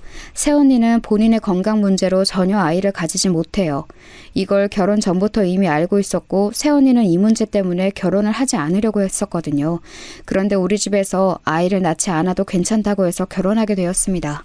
새언니가 아이를 낳을 수가 없으니 현실적으로도 입양도 고려했었어요. 그런데 오빠가 사업을 본격적으로 물려받으며 신경 쓸 일이 많아 생각은 있어도 점점 미루던 상태였습니다. 그 상태에서 제가 임신하게 되었어요. 게다가 저는 쌍둥이를 임신해서 2배의 경사였어요. 문제가 있었다면 입덧이 아주 심했고 몸이 생각보다 더 무거웠다는 점이랍니다. 아가씨, 이거 내가 임신한 사람한테 좋다고 해서 구한 재료로 만든 음식이에요. 그리고 기력이 너무 없어 보여서 갈비찜하고 전복도 구워서 왔어요. 많이 먹고 힘내서 아기 건강하게 출산해요. 알겠죠? 언니, 이게 다 뭐예요? 완전히 임금님 수라상 아니에요? 와, 항상 언니가 저 많이 챙겨주는 건 알고 있는데 이렇게 공주님처럼 대해주니까 몸둘 바를 모르겠어요. 저도 언니한테 갚을 날이 오겠죠? 아휴, 아가씨가 건강하게 아기 낳아서 행복하게 살면 그게 갚은 거예요. 남편이 요즘 워낙 바빠서 남는 시간이 많거든요. 아가씨가 맛있게 먹어주니까 저는 오히려 너무 좋아요. 앞으로도 음식 많이 만들어줄 테니 필요하면 언제든지 말해요. 새언니는 바쁜 우리 남편을 대신해서 같이 산부인과도 몇 번이나 가주었는지 몰라요. 마치 친정엄마처럼 하나부터 열까지 저를 챙겨주기 바빴습니다.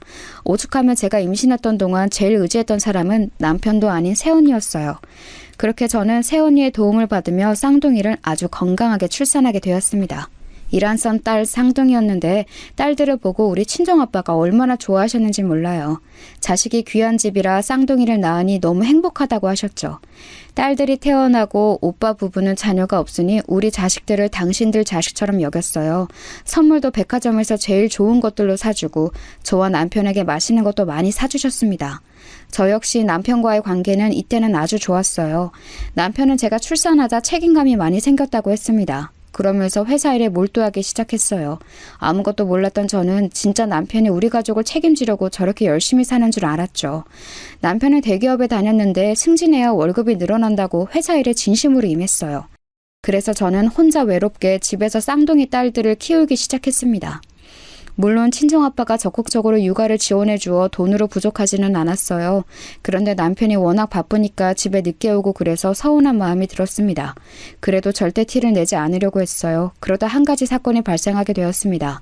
남편이 어느 날 퇴근하더니 저에게 할 말이 있다고 하더라고요. 그러면서 제가 식탁에 앉으니 약간 상규된 얼굴로 말했습니다. 미선아, 나 오랫동안 진지하게 생각했던 건데 회사를 그만두고 사업을 시작하려고 해. 아주 오래 고민하고 내린 결정이니까 나를 지지해 주었으면 좋겠어. 내가 미선이 너와 우리 딸들을 평생 행복하게 해줄게. 나만 믿고 따라와. 남편의 말에 저는 사실 굉장히 당황했었어요. 저에게 퇴사하겠다는 말이나 사업을 하겠다는 말을 전날 처음으로 꺼냈었거든요. 그런데 남편은 당황한 저에게 구체적으로 어떤 사업을 시작할지 말하기 시작했습니다. 저는 그 말을 듣고 두 번째로 놀라게 되었어요. 왜냐하면 남편이 하겠다는 사업이 우리 집안이 대대로 하던 유통업과 밀접하게 관련이 있는 사업이었거든요. 남편은 이 문제로 우리 오빠와 많은 얘기도 이미 했다고 저에게 자신감을 내비쳤습니다. 약간 불안함이 있었지만 남편이 워낙 똑똑한 사람인 것을 저는 이미 알고 있었어요. 그리고 망해도 우리 친정이 워낙 든든하게 받쳐주고 있으니 저는 그저 남편을 응원했습니다. 남편은 그리고 그달 말에 진짜로 다니던 대기업을 퇴사했어요. 그리고 바로 사업을 시작했습니다. 남편이 사업을 시작하며 오빠네 부부와는 더욱 가까워지게 되었어요. 원래도 왕래가 잦았는데 남자들이 사업하니 할 말이 더 많아졌습니다. 그러면서 불안한 제 마음도 점점 안정을 찾게 되었어요. 그리고 새언니와 오빠가 워낙 우리 딸들을 예뻐하니까 친정 식구들이 만나는 자리가 많았습니다. 이 과정에서 시어머니가 불만이 조금 있긴 했었어요. 시어머니는 자식이 남편 하나였거든요. 그런데 그 하나밖에 없는 자식이 결혼해서 당신을 잘 보러 오지도 않고 처가에 몰두하니 속상하셨나 봐요. 그 속상한 마음을 저에게 푸념하셨습니다. 에휴, 이래서 아들 낳아도 소용이 없다는 거야. 재영이가 예전에는 얼마나 효자였는지 알아? 너랑 결혼하고 우리 아들이 완전히 변했어. 나도 눈이 있는데 당연히 너희 부부랑 손녀들을 보고 싶지 않겠니? 우리 아들이 일 때문에 바쁘면 너라도 애들을 데리고 나한테 와야 하는 거야. 이런 건 친정에서 안 배웠어? 어머니 죄송해요. 제가 그동안 남편이랑 친정 신경 쓰느라 바빠서 어머니한테 소홀했죠. 애들 아빠는 워낙 일이 바빠서 집에 잘 들어오지도 못해요. 아무튼 제가 애들 데리고 주말에 방문할 테니 화 푸세요. 아셨죠? 시어머니는 제가 일주일에 한 번이라도 가지 않으면 전화로 서운함을 표현하셨어요. 본인 아들에게는 연락하지 않으면서 저한테는 하루에도 몇 번씩 전화하셨습니다. 실제로 남편이 사업을 시작하며 매우 일이 바빴거든요. 집에도 잘 들어오지 않아도 저 혼자 아기들을 돌보느라 얼마나 힘들었는지 모릅니다. 그런데 시어머니가 섭섭하다고 하니 혼자 아이들을 데리고 시댁에 갔어요. 가서 토라진 시어머니를 달래고 또 용돈도 두둑하게 드렸습니다. 남편이 버는 돈과 별개로 친정아빠가 몰래 저에게 생활비를 주고 계셨거든요. 아이들을 키우는데 돈이 많이 드니까 저에게 쓰라고 통장을 주셨어요. 거기엔 꽤 많은 돈이 있었는데 저는 그 돈을 시어머니에게 드렸습니다. 그렇게 용돈을 드려야 시어머니의 불만이 조금 사그라들었거든요. 혼자 아기 둘을 데리고 시댁에 가서 시어머니의 기분을 풀고 용돈을 드리고 집에 오는 일이 일주일에 적어도 하루는 있었어요. 시어머니는 게다가 혼자 사니까 외로움을 많이 타셨습니다. 말이 워낙 많은 분인데 왕래하는 사람이 적어 제가 오면 몇 시간이고 떠드셨어요. 혼자 시어머니를 상대하느라 시댁에 다녀온 날은 진이 빠져서 아무것도 할 수가 없었습니다. 이렇게 제가 혼자 시어머니를 상대하는데 남편은 본인 엄마를 챙기지도 않더라고요.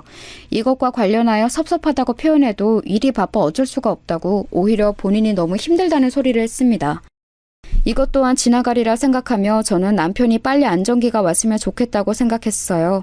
하지만 오빠 부부를 보면서 자꾸 비교되었습니다. 오빠는 남편보다 사업의 규모가 매우 컸어요. 그런데도 새언니와의 기념일을 한 번도 빠지지 않고 챙겼습니다.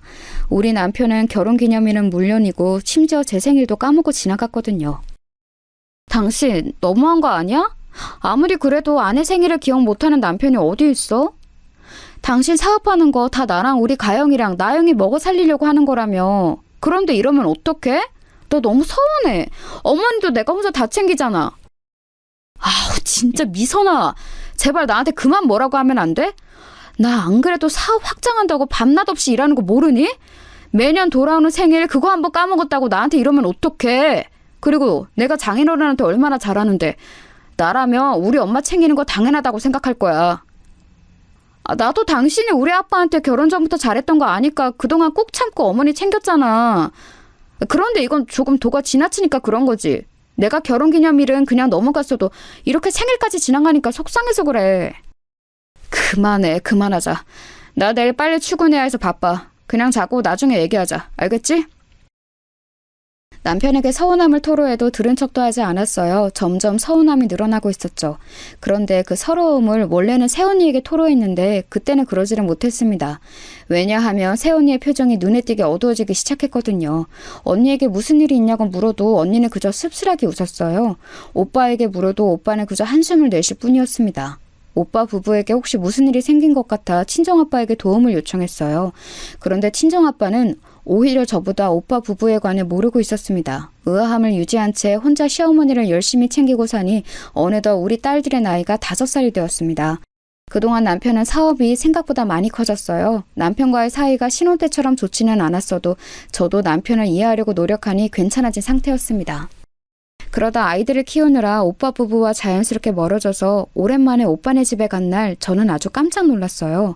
원래는 저를 새언니가 자주 챙겨주어 일주일에도 몇 번이나 오빠 집에 갔었거든요.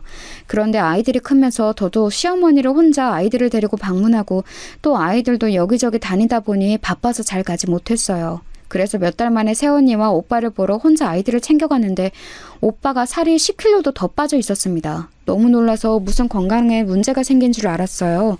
실제로 얼굴이 많이 상해 있었고 새언니도 근심이 많아 보였습니다. 제가 조심스럽게 혹시 무슨 문제가 있냐고 했더니 둘은 괜찮다고 말을 아꼈어요. 그날 집에 오며 얼마나 많은 생각을 했는지 모릅니다.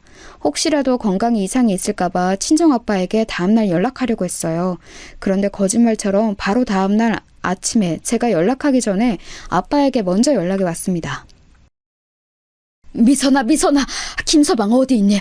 이게 무슨 일이냐? 아니 지금 너는 어디야? 김서방은? 세상에, 아이고 어떡하니, 어떡해. 응? 아빠, 내가 안 그래도 연락하려고 했었어요. 아침부터 웬일이야? 우리 통했나 보다. 김서방은 어제 회사 일이 매우 바쁘다고 안 들어왔어요. 회사 옆에 일 바쁠 때 자는 집 하나 구했거든요. 아마 근데 지금은 출근했을 텐데요? 왜요? 무슨 일 있어요? 미선아, 나도 회사에서 연락이 급하게 와서 지금 알게 됐어. 잘 들어라. 우리 집안 사업이 제대로 망했어. 이걸 어떡하니? 일단 급한 대로 김서방에게 도와달라고 해야 할 것 같아. 그런데 내 전화를 안 받아서 지금 회사로 가고 있다. 너라도 연락할래? 뭐라고요? 아빠, 그게 갑자기 무슨 말이에요? 우리 친정 사업이 망했다고요? 아니, 말이 안 되잖아요. 이게 하루아침에 그럴 수가 있는 거예요? 아니면 다 알고 있었는데 저만 모르고 있던 사실이에요? 일단 저도 남편에게 연락해 볼게요. 아빠의 전화에 저는 너무 놀랐습니다. 피가 식는 기분이라는 게 이런 기분이구나 알게 되었어요. 손이 너무 떨려서 남편에게 전화를 거는 것도 힘들었습니다. 겨우 정신을 붙들고 남편에게 전화했는데 통화 중이더라고요. 오빠와 새언니에게 연락해도 연결이 되지 않았습니다. 너무 놀라서 혼자 찬물을 마시며 겨우 진정하려고 했어요. 그런데 여전히 몸이 사시나무처럼 떨려서 진정할 수가 없었습니다. 당장 남편에게 가고 싶었는데 아이들이 유치원에서 오면 봐줄 사람이 없었어요. 혹시나 해서 시어머니에게 연락했는데 어머니는 오히려 그게 무슨 소리냐고 묻더라고요. 당신 아들에게 무슨 일이 생겼냐고 흥분하길래 달래느라 고생했어요. 그 상태로 저는 가족들의 연락을 겨우 기다리고 있었습니다. 어렸을 때부터 우리 집에 서류를 처리하던 김비서님이 있었어요. 그 김비서님은 아빠가 자리에서 물러나며 은퇴하셨는데 그분에게 연락이 왔습니다. 오랜만에 김비서님의 목소리를 들으니 눈물이 나오더라고요. 겨우 진정하고 들어봤더니 친정 사업이 망했고 돌이킬 수 없다고 말씀하셨습니다. 어디서부터 손을 대야 할지 본인도 모르겠다고 한숨을 쉬더라고요. 아이들을 급하게 유치원에서 빼서 저는 급한 대로 시어머니에게 딸들을 맡기고 오빠 회사로 갔습니다. 그때까지 우리 남편은 저에게 연락이 오지 않았어요. 아무 연락해도 받지를 않더라고요. 오빠 회사에 도착하니 회사가 난리가 아니었습니다. 기자들도 많았고 직원들도 우왕좌왕 난리였어요. 전혀 사태를 모르는 것 같은 직원도 몇 있었습니다. 저도 오빠 회사에 종종 방문해서 얼굴이 익숙한 사람도 있었는데 다들 울상이었어요. 그런데 이상한 점이 있었어요. 아무리 오빠를 찾아도 오빠의 모습이 보이지 않았습니다. 회사 내부는 말 그대로 엉망진창이었어요. 여기에는 오빠가 없는 것 같아 오빠가 사는 아파트로 갔는데 이상할 정도로 조용했습니다. 오빠는 물론이고 세원이도 집에 없었어요. 어디 나갔나 생각하며 아빠에게 연락했더니 아빠도 오빠의 집으로 왔어요. 그렇게 오빠 부부를 기다리는데 다음 날이 되어도 오빠 부부는 나타나지 않았습니다.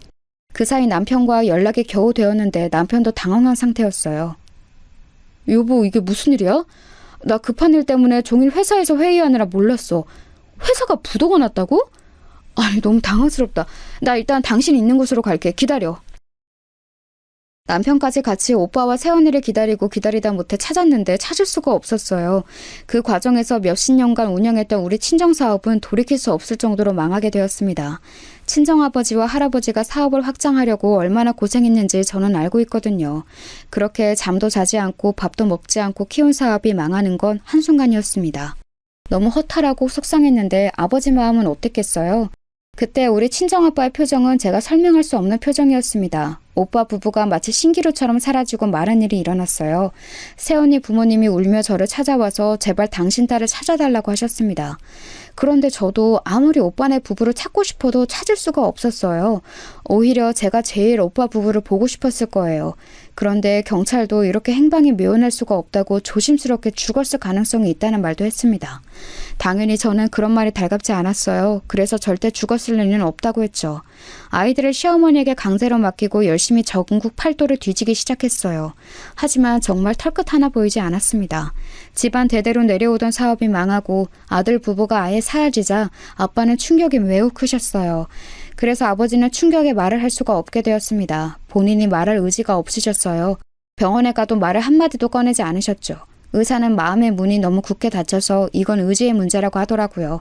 심지어 아버지는 사업이 망했는데 친척들까지 모른 척하자 충격에 쓰러져서 병원에 몇 달을 누워 계셨어요. 아버지가 쓰러지고 저도 너무 삶이 힘들었습니다. 입에 아무것도 들어가지 않아 먹지를 않으니 살이 매우 많이 빠졌어요. 이렇게 힘든데 너무 아이러니하게 남편의 사업은 점점 커졌습니다. 남편 보고 도와달라고 하고 싶었지만 이미 망할 대로 망한 우리 친정회사는 그냥 그대로 부도가 났어요. 심적으로 힘드니까 남편에게 의지하고 싶은 것은 당연하잖아요. 그런데 남편은 커진 회사를 더 크게 확장할 생각뿐이었습니다. 그래서 아예 집에 들어오지 않는 날도 아주 많았어요. 시어머니는 제가 오빠 부부를 찾고 친정아빠를 돌보느라 아이들을 맡기니 노골적으로 저에게 욕하기 시작했어요. 그래서 아이들도 혼자 돌보게 되었습니다. 시어머니는 본인 아들은 문제가 없으니 더 당당해지셨어요. 우리 친정에 별 볼이 없으니 그때부터 저를 대놓고 구박하기 시작했습니다. 친정아빠가 쓰러져서 병원에 있으니 아빠에게 받던 생활비는 당연히 없었어요. 그래서 남편에게 돈을 달라고 해야 하는 날이 많았습니다. 남편은 그렇게 본인 회사가 커져도 생활비를 아주 적게 줬거든요. 친정아빠는 기적적으로 눈을 뜨고 집에서 혼자 살기 시작했습니다. 아빠가 그동안 모은 돈으로 병원비를 해결하니 아빠는 당장 생활이 힘드셨어요.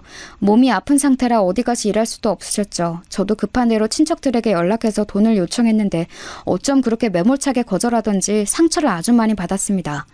시어머니에게 혹시나 해서 돈 얘기를 꺼냈더니 무슨 반응이 나왔는지 아세요? 자기를 물주로 한다고 본인 아들이 너무 안쓰럽고 불쌍하다고 울기 시작하셨어요.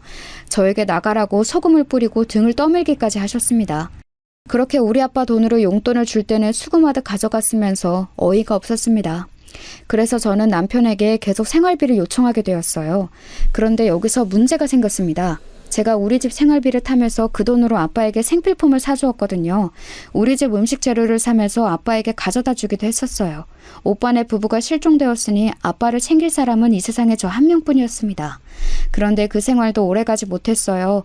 왜냐하면 남편이 어느 날 진지하게 저를 식탁에 앉히더니 말을 계속했습니다. 당신 왜 이렇게 생활비를 많이 쓰는 거야? 점점 생활비가 늘어나는데 너무한 거 아니야? 당신의 사치 부리는 사람인 줄 몰랐는데 왜 자꾸 요구하는 금액이 커지는 거야? 도대체 어디에 그렇게 돈을 쓰는 거야?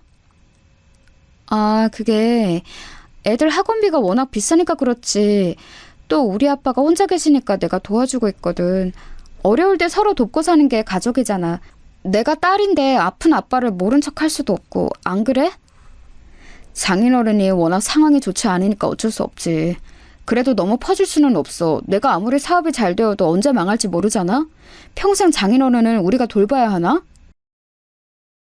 남편의 말에 저는 너무나도 서운했습니다. 당연히 자식이며 부모를 끝까지 책임져야 하는 건 아닌가요? 하지만 거기에 저는 아무 말도 할 수가 없었어요. 이러다 사건이 하나 터지게 되었습니다. 바로 시어머니와 제가 갈등이 생겼어요. 시어머니는 제가 친정일 때문에 본인을 소홀히 한다고 단단히 화가 난 상태였습니다. 제가 아이들을 당신에게 맡겼는데 제대로 보답하지 않는다고 하셨죠. 게다가 돈을 요구했다가 천하의 양심 없는 며느리가 되어있던 상태였어요. 그런 상태에서 시어머니는 무려 저에게 제주도를 가자고 하셨습니다. 만약 우리 친정이 여전히 잘 나가던 상태였으면 저는 시어머니를 모시고 제주도에 갔을 거예요. 그런데 그때는 상황이 너무 아니었습니다. 친정아빠는 집에서 혼자 거동도 불편한 채로 누워 계셨고 오빠네 부부는 여전히 행방불명이었거든요. 어머니를 모시고 제주도에 도저히 갈 수가 없었습니다. 그런데 제가 난처함을 표현하며 거절하자 시어머니는 잔뜩 화가 나셨어요. 저에게 배은망덕하다며 우리 아들의 돈으로 갈 건데 네가 뭔데 그러냐는 말까지 들었습니다. 안 그래도 마음에 여유가 없던 저는 시어머니의 그 말에 말이 예쁘게 나가지 않았어요. 어머니, 저도 여유가 있으면 어머니 모시고 제주도에 한 달도 갈 수 있어요. 그런데 지금 상황 뻔히 아시면서 왜 그러세요? 게다가 지금 애들 아빠는 일 때문에 바빠서 분명히 못 갈 거예요. 그러면 제가 초등학생인 우리 딸들 데리고 어머니 혼자 모시고 다녀와야 하잖아요. 현실적으로 제가 제주도에 가면 아빠를 돌볼 수도 없고. 죄송해요. 그러면 네 아빠 그렇게 평생 누워있으면 너는 평생 슬퍼할 거냐? 지금 너희 오빠네 부부 사라진 지가 언제야? 산 사람은 살아야 하는 거야. 막말로 지금 그렇게 소식 없는 것 보면 어디 가서 죽은 거 아니야? 뭐라고요? 어머니, 아무리 그래도 어떻게 그런 말씀을 저에게 하실 수가 있으세요? 우리 오빠랑 새언니가 죽었다뇨. 어머님이 저한테 잘해주시면 제가 먼저 여행 가자고 했을 거예요. 저한테 그러지 마시고 그렇게 소중한 어머님 아들한테 가자고 하세요. 물론 어른에게 그런 식으로 말한 것을 누가 보면 뭐라 할 수도 있습니다. 그런데 그때는 도저히 참을 수가 없었어요. 시어머니와 대화를 끝내고 혼자 속상해서 화장실에서 얼마나 울었는지 모릅니다. 이런 시련을 주다니 하늘이 너무 야속했어요. 그런데 제가 더 속상했던 이유가 뭔지 아세요? 바로 남편의 반응이었습니다. 시어머니가 저랑 그 대화를 끝내고 남편에게 도대체 뭐라고 했는지 남편은 잔뜩 흥분한 상태였어요. 내 돈으로 편하게 먹고 사는 주제에 우리 엄마한테 왜 그러는 거야? 네가 그러고도 며느리야? 나는 네 아빠 편하게 간호하라고 생활비도 주는데 너는 우리 엄마 데리고 제주도를 못 가? 가는 게 있으면 오는 게 있어야 할 거 아니야. 그거는 초등학생 우리 딸들도 알겠다. 남편의 말을 듣고 저는 충격을 받았습니다. 시어머니가 어떻게 말을 했어도 남편이 저에게 저러면 안 되는 거 아닌가요, 여러분? 저는 그래서 홧김에 진실을 말하게 되었어요. 친정아빠가 쓰러지기 전에 우리 아빠가 준 돈으로 어머님 용돈도 여러 번 드렸다고 했죠. 그랬더니 남편은 그럼 차라리 서로 주고받지 말자며 아빠에게 1원 한 푼도 주지 않겠다고 했습니다. 시어머니를 챙기지 않아도 되니까 대신 우리 아빠도 자기가 안 챙기겠다고 했어요. 저는 그 말을 듣고 현실적으로 막막해지기 시작했습니다. 결국 제가 먼저 시어머니에게 연락해서 죄송하다고 빌게 되었어요. 그런데도 시어머니는 잔뜩 화가 나서 제 사과를 받지 않았습니다. 남편과 냉전도 오래가서 진짜로 친정아빠를 도울 방법이 없었어요. 막막함에 눈물로 호소해도 남편은 듣지를 않았습니다. 아예 현금도 주지 않았고 신용카드 하나만 주었어요. 그런데 그걸로 마트에서 장을 보면 영수증을 확인하며 정말 우리 가족이 먹을 양인지 확인했습니다. 뭐를 사기만 하면 전화가 왔어요. 아빠를 돕고 싶어도 돈을 쓸 수가 없었습니다. 현실적으로 저는 당연히 이혼을 생각했는데 이혼하고 사는 삶은 더 막막해 보였어요. 저는 우리 딸들이 목숨보다 소중하거든요. 이혼하면 양육권은 제가 가져올 수 있을지 문제였고 또 새로운 시작을 하더라도 공간이 없었습니다. 아빠의 집은 겨우 아빠가 누울 자리 하나만 있었거든요. 아직 너무 어린 딸들을 키우려면 남편과의 결혼 생활이 정답이었습니다. 남편은 최악의 남편이었어도 아이들한테는 잘했거든요. 카드로 아이들 학원비를 결제하는 것은 뭐라 하지 않았었죠. 결국 저는 남편 몰래 아르바이트를 시작하게 되었습니다. 마트에 가서 파트타임으로 일하면서 받은 돈을 죄다 아빠에게 쏟아부었어요. 제 정성이 통했는지 아빠는 시간이 흐르며 몸을 일으키거나 손을 움직일 수는 있게 되어 다행이었죠. 조금씩 걸을 수도 있었는데 여전히 말은 하지 않았어요. 충격이 워낙 컸으니 어쩔 수가 없었습니다. 그때까지 오빠네 부부는 소식이 없었어요. 흥신소에 연락해서 알아봤는데 금액이 생각보다 너무 비싸더라고요. 아빠를 돕는 비용도 부족해서 흥신소는 생각도 할 수가 없었습니다. 그렇게 몰래 일하면서 아빠를 도우며 사는 것도 몇 년이 흐르게 되었어요. 남편과의 관계는 아주 최악이었습니다. 남편은 딱 아빠의 역할만 가정에서 하고 남편의 역할은 하지 않았어요. 아예 집에 들어오지 않는 날도 많았습니다. 사실 저는 그때 남편이 바람을 피우고 있다는 것도 알았어요. 왜냐하면 남편은 본인의 외도를 숨길 생각도 하지 않았습니다. 대놓고 여자 향수를 묻히고 들어오거나 립스틱에 묻은 셔츠를 저에게 주며 세탁하라고 하기도 했어요. 저도 이제 남편에게 기대가 전혀 없어서 뭐라 하고 싶은 마음도 들지 않았습니다.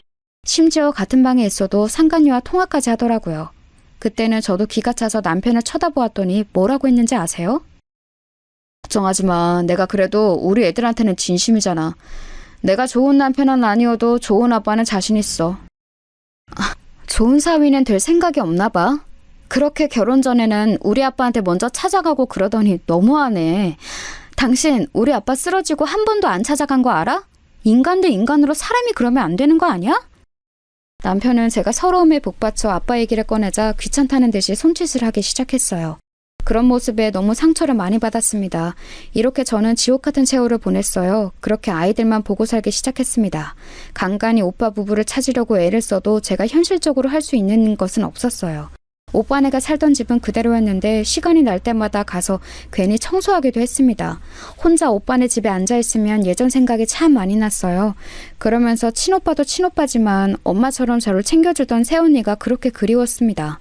아빠는 저주경이 되고 남편과의 사이는 최악이고 마음 둘 곳이 전혀 없었어요. 그리고 제가 원래 피아노를 전공했는데 결혼하면서 피아노를 그만두었거든요. 이거는 아직도 후회되는 일이랍니다. 원래는 피아노를 더 배우려고 유학도 준비하고 있었어요. 그런데 남편이 결혼하자고 해서 유학을 포기하고 결혼을 서둘렀던 거랍니다. 같이 피아노를 전공했던 제 친구들은 교수로 일하거나 적어도 학원 원장을 하며 너무 잘 살고 있었어요. 저는 친정이 망하고 주변과 연락을 다 끊었습니다. 우리 집에 관해서 얘기가 나오는 것도 너무 싫었고 할 말도 없었어요. 진심으로 도와주려고 하던 친구들이 있었을 수도 있는데 그냥 다 부담스러웠습니다. 이렇게 살던 어느 날 친정 아빠네 집에 가서 집안일들 하고 아빠를 돌보려고 했어요. 세월이 흐르며 아빠는 말은 여전히 없었는데 그래도 어느 정도 거동은 가능했습니다. 늘 제가 오면 그래도 빤히 저를 바라보곤 했는데 그날은 아빠가 심상치 않았어요. 표정이 심하게 어두웠고 저를 오래 쳐다보지도 않더라고요. 자세히 보니 식은땀까지 흘리고 있었습니다. 순간 아빠의 건강에 이상이 생겼다는 직감이 들었어요. 그래서 그런 아빠를 데리고 급하게 병원에 가서 검사를 받게 되었습니다. 예전보다는 거동이 어느 정도는 가능해도 아빠는 온전한 정상인의 형태는 아니었어요. 그래서 땀을 뻘뻘 흘리며 겨우 택시에 태워 응급실에 갔습니다. 그런데 저는 응급실에 도착해서 검사하고 의사의 말을 들으며 정말 깜짝 놀라게 되었어요. 이게 지금 어떻게 설명해야 할지 저도 모르겠습니다. 일단 환자분이 현대의학으로는 설명하기 힘들어요. 입원해서 조금 징후를 지켜봐야 할 것 같습니다. 지금은 해당하는 병명이 없어요. 의사의 말에 저는 너무 놀라서 당황했어요. 아빠를 입원시키고 곁을 지키는데 병원비 걱정이 제일 먼저 들었습니다. 아픈 아빠를 두고 병원비가 먼저 생각이 나서 너무 미안했어요. 하지만 어쩔 수가 없었습니다. 제가 실제로 남는 시간에 겨우 일하면서 아빠의 생활비를 대고 있는데 병원비는 어마어마하잖아요. 끌어서 올 돈도 전혀 없었고요. 그렇게 일주일간 입원 끝에 의사는 저에게 말했습니다. 유감스럽지만 희귀병입니다. 이게 원인을 정확하게 알 수가 없어요. 그래서 최대한 진통제 위주로 처방할 건데 혹시 모르니 입원을 계속해서 경과를 지켜봐야 해요. 이대로 집에 가시게 된다면 생명이 위독합니다. 아빠는 병명도 제대로 없는 희귀병이었어요. 온몸에서 열도 심하게 나고 몸을 움직일 수도 없었습니다. 피부에는 반점이 올라오고 아빠는 고통에 너무 힘들어했어요. 가장 힘든 것은 원인을 모른다는 거였습니다. 그런 아빠를 집으로 데려갈 수는 없었어요. 병원에서도 입원해서 상태를 봐야 한다고 했었죠. 제가 아빠를 도우며 몰래 모았던 돈은 겨우 70만 원이었습니다. 그 돈은 첫날 응급실 비용으로 전부 썼어요. 아무리 주위를 둘러봐도 돈을 빌릴 곳이 없었습니다. 급하게 피아노를 같이 전공했던 동기들과 연락이 끊긴 친척들에게도 연락했어요. 하지만 한 명도 저를 도와주는 사람이 없었습니다. 너무 막막해서 눈물도 나오지 않았어요. 결국 저는 남편에게 부탁하게 되었습니다. 사실 남편은 그때 사업이 너무 잘 된 상태였어요. 누가 들어도 아는 회사를 운영하고 있었습니다. 너무 슬프게도 그런 남편은 저에게 전혀 관심이 없었어요. 대놓고 바람을 피우고 아예 집에 들어오지도 않았습니다. 저에게 생활비를 주지도 않았어요. 그저 겉으로만 부부라는 관계였습니다. 남편과 말한 지도 얼마나 오래되었는지 모르던 상태였어요. 남편에게 부탁하려고 이틀이나 기다렸더니 남편이 집에 왔습니다. 평소였으면 남편이 와도 그냥 아무 말도 하지 않았을 텐데 그날은 제가 먼저 말을 걸었어요. 먼저 잘 다녀왔냐고 했더니 놀란 눈을 하더라고요. 아이들이 잠에 든 것을 확인하고 저는 남편에게 어렵게 말을 꺼냈습니다. 여보, 당신한테 이런 말을 해서 너무 미안해. 그런데 우리 아빠가 지금 많이 아파. 제발 한 번만 도와주면 안 될까? 응? 내가 이렇게 빌게. 당신이 하라는 대로 다 할게. 어머님도 내가 많이 챙길게. 그런데 남편은 제가 아무리 부탁해도 들은 척도 하지 않았어요. 아예 제 말을 듣지 않았습니다. 말 그대로 무시하고 그대로 침대에 누워 잠을 자더라고요. 철저하게 제 부탁은 무시당하게 되었죠. 너무 비참하고 속상해서 그날 밤은 한숨도 자지 못했습니다. 그렇게 다음 날이 되고 병원에 갔더니 간호사가 저를 불렀어요. 오늘은 꼭 수납해야 한다고 강조했습니다. 그렇지 않으면 아빠를 계속해서 입원시킬 수가 없다고 했죠. 너무 막막해서 신이 있다면 저를 도와달라고 마음속으로 빌었어요. 그러다 순간 한 가지 방법이 떠올랐습니다. 남편이 저에게는 최악이어도 본인 자식들은 예뻐하잖아요. 그래서 저는 쌍둥이 딸 중 첫째가 다쳤다고 남편에게 거짓말을 했습니다. 딸들은 다행히 아빠가 아무리 본인들에게 잘해주어도 어린 시절을 저랑 보냈잖아요. 남편이 워낙 바빠서 딸들을 제대로 챙겨주지 않았습니다. 그래서 완전히 엄마 편이었어요. 다행히 이런 제 상황을 딸들도 알고 있었습니다. 그래서 첫째는 본인이 직접 전화로 남편에게 응급실에 왔다고 했어요. 그랬더니 남편은 정말 말 그대로 한 걸음에 병원으로 달려왔습니다. 병원에 온 남편에게 저는 창피함을 뒤로하고 빌기 시작했어요. 여보, 제발 내가 이렇게 말 안 하면 당신이 진짜 돈을 빌려주지 않을 것 같아서 거짓말을 하게 되었어. 제발 우리 아빠 병원비를 내어주면 안 될까? 우리 딸 병원비라고 생각하고 내주라. 내가 이렇게 빌게. 아빠 지금 수납하지 않으면 당장 나가야 한다고 했어. 내가 왜? 도대체 내가 장인어른 병원비를 왜 내야 해? 전 그러면 차용증 써. 그러면 빌려줄게. 대신 이자는 시중은행보다 높게 받을게. 남편의 말을 듣고 저는 너무 속상했어요. 저게 과연 남편이 맞나 싶었습니다. 그런데 여러분, 순간 믿을 수 없는 일이 일어났어요. 바로 기적이 저를 찾아왔습니다. 원수 같은 남편의 얼굴을 쳐다보고 있었는데 누가 갑자기 병원 문을 열고 들어왔어요. 당당하게 걸어오더니 병원비 제가 완납했습니다. 신경 쓰지 마세요 하는 거예요. 도대체 누가 저러나 싶어 봤더니 그게 누구였는지 아세요? 바로 우리 집안 사업이 망하고 그대로 행방불명이 되었던 우리 친오빠였습니다. 너무 놀라 그대로 입을 벌리고 굳은 채로 오빠를 바라보았어요. 아무 말도 못하고 이게 무슨 일인가 싶었습니다. 저는 순간 제가 그대로 죽어서 천국에 온 줄 착각했어요. 딸이 신이 나서 외삼촌이라고 부르는 소리를 보면 죽은 것은 아니었죠. 너무 놀라서 숨도 제대로 쉬어지지 않았습니다. 오랜만에 본 오빠는 실종된 상태 그대로였어요. 몰라볼 수가 없었습니다. 그런데 제가 더 놀랐던 점이 뭔지 아세요? 바로 남편의 태도였어요. 우리 오빠가 문을 열고 들어오자 저보다 남편이 더 소스라치게 놀랐거든요. 마치 저승사자를 본 사람처럼 덜덜 떨기 시작했어요. 심지어 몸도 제대로 가누지 못해 그대로 주저앉더라고요. 우리 오빠를 향해 손가락질하며 말을 잇지 못했습니다. 그러더니 갑자기 자기 혼자 거품을 물고 실신까지 했어요. 저는 오빠를 보고 안 그래도 놀랐는데 실신한 남편을 보고 더 놀라게 되었습니다. 이게 도대체 무슨 일인가 싶었어요. 그러자 그런 저를 향해 오빠가 웃으며 말을 건넸습니다. 미선아, 그동안 고생 많았다.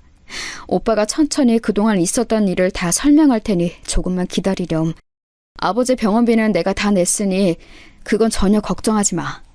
우리 집을 네가 종종 와서 돌봐준 것 같은데 맞니? 고맙다.